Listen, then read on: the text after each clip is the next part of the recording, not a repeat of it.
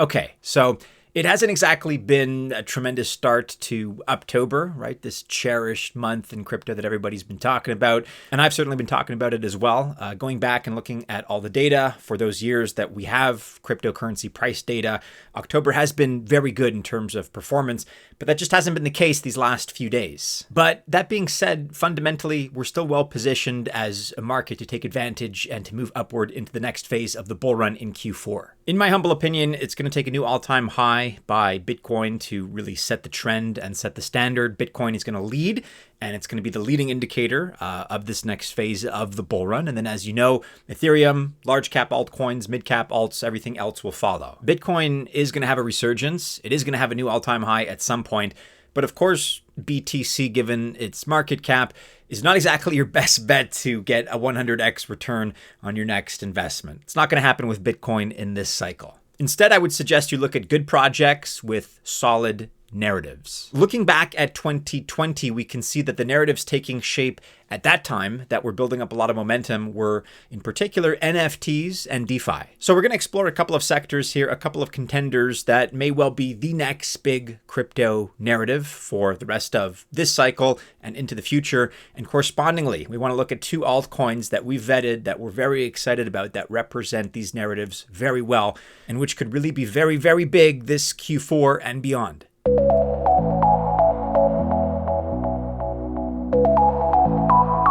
Welcome to the channel. My name is Maddie, and this is Altcoin Buzz. All the best of luck if you choose to invest into whatever crypto narrative you prefer. If you're in this space, if you're active, I sincerely wish you well. But whatever, because I am not a financial or investment advisor, and by extension, please remember that this video is not official financial or investment advice. All right, and we'll begin here with a new name, a project that we've not yet talked about, in the form of Plume Network. These guys are aiming to change how we bring real-world assets, RWAs, so real estate, collectibles, things like that.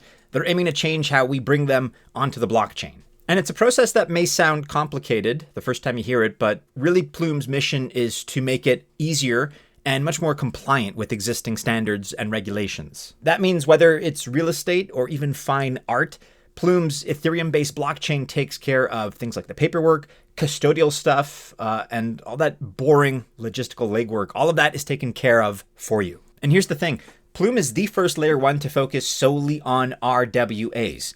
That's actually hugely important because, of course, the RWA industry is exploding, and it's rapidly becoming one of the fastest growing sectors within crypto.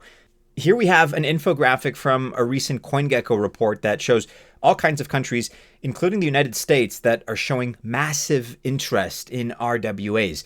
It just seems that everyone is eager and keen to bring traditional assets, let's call them, into the digital world. And there's always been a catch, at least until now. That is the fact that no blockchain has offered a permissionless full stack solution for RWAs. And as you probably guessed, this is exactly where Plume stands out from the crowd. It's not just another crypto project because in this case, it offers a complete ecosystem that lets users tokenize assets, manage compliance, and even trade or borrow against these assets. Plume is also making big moves. It's a name that you may not have heard of before, and yet it already has 150 projects deploying RWAs on its testnet. Everything from collectibles to private credit and even some real estate. They have also raised $10 million from major investors like Galaxy Digital and Superscript. And their intention is also to tokenize a massive $1.2 billion worth of RWAs by the end of this year, by the end of 2024. All right, so why should you care? Well, like I said earlier, the RWA sector and the whole space really is gearing up to explode. The growth trajectories here are unbelievable. It's attracting a lot of investors as a result of that, and they're seeking exposure to blockchain-based assets specifically. Besides that, though, we have lots of regulation that supports the mainstream adoption of RWAs. And therefore, given Plume's mission that we discussed a moment ago, it is a project that seems perfectly positioned to ride that particular wave.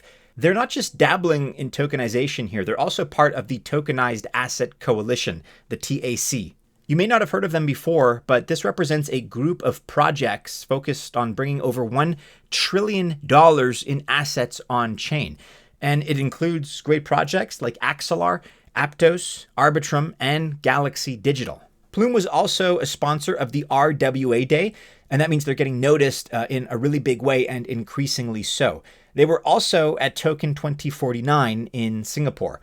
And like I said earlier, their ecosystem is growing pretty rapidly. I mentioned 150. Let me update that here live as I record. It's now over 170 projects. And so really, Plume has a lot in terms of strengths lined up to potentially be a key player in the next big narrative. Watch out for this one. And so if this market pulls back hard under this level and then consolidates and comes back, we're likely to sell and stall.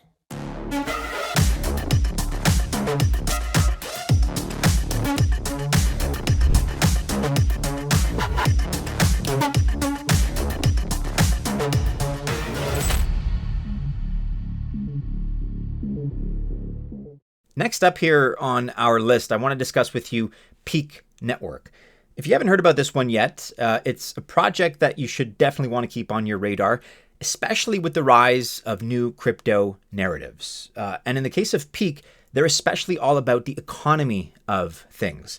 We talked about PEAQ the other day in this video. Check that one out if you've not already.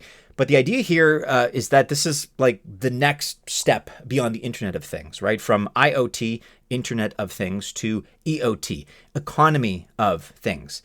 And the difference is basically instead of just collecting devices to exchange data, the EOT allows devices to own, pay, and earn value on their own independently. And PEAQ really is focused on giving control back to everyday people, the small fish, like myself, like yourself, probably, I'm assuming.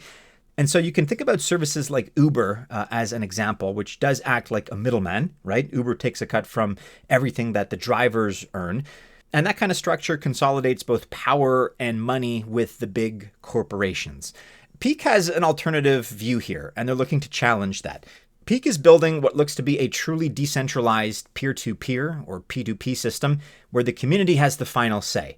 And so you can imagine Uber here, but instead of being controlled by a centralized company, it runs on a blockchain. And the app works exactly the same, minus the middleman taking a cut. And so PEAQ is very much focused on DePIN as a sector, decentralized physical infrastructure networks. PEAQ acts as a layer 1 blockchain for DePIN projects, providing everything projects need to build apps for things like vehicles, robots, devices. That's whether it's on land, water, in the sky, potentially even space. PEAQ effectively has all the technology need to deploy for physical infrastructure.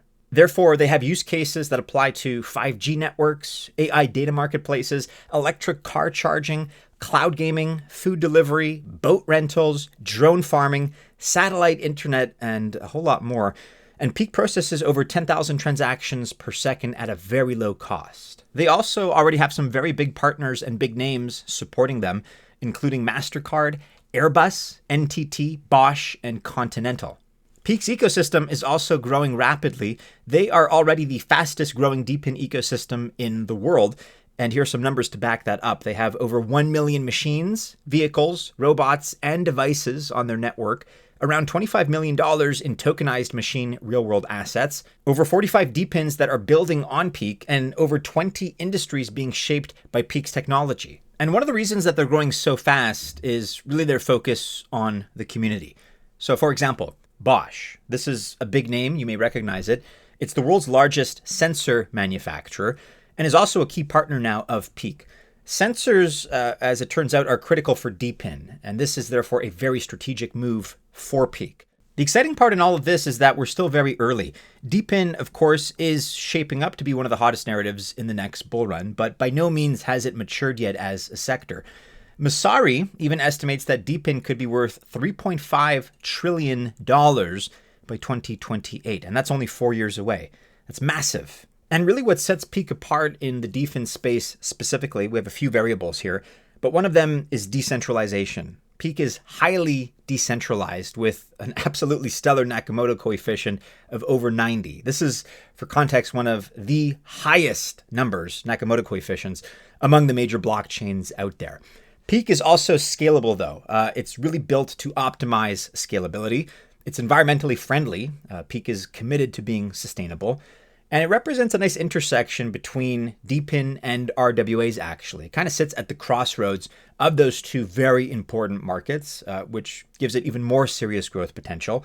Like I said, the ecosystem is rapidly growing, and projects are already migrating to PEAQ from other blockchains, actually.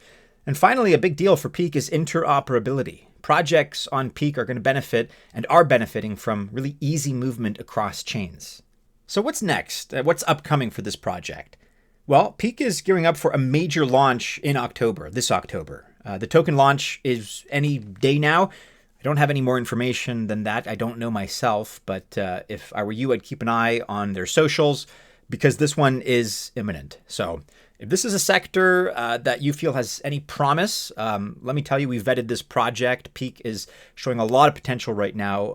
And in terms of partnerships and ecosystem and really everything else, they're doing quite a lot right. So keep an eye out. Again, token launch is happening any day now. You don't want to miss it.